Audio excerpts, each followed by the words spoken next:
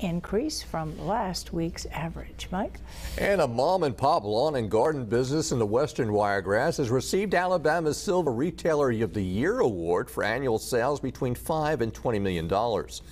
For the last 36 years, Joe Richburg says if you want people to shop with your business, you must offer them service they can't get anywhere else. JR's is one of 11 businesses honored by the Alabama Retailers Association. Now, a decade ago, Richburg says his business expanded when it went from only sale and service of lawn equipment to also include golf carts. Richburg's customer base now covers much of the Southeast. Here we are in a small 6,500 population town of Opp, Alabama, and bringing home silver. So yes, it's a great award for JR's in Opp, Alabama. And by the way, the golf carts to be used during next month's Peanut Festival at the National Fairgrounds are provided by JR's Lawnmower shop.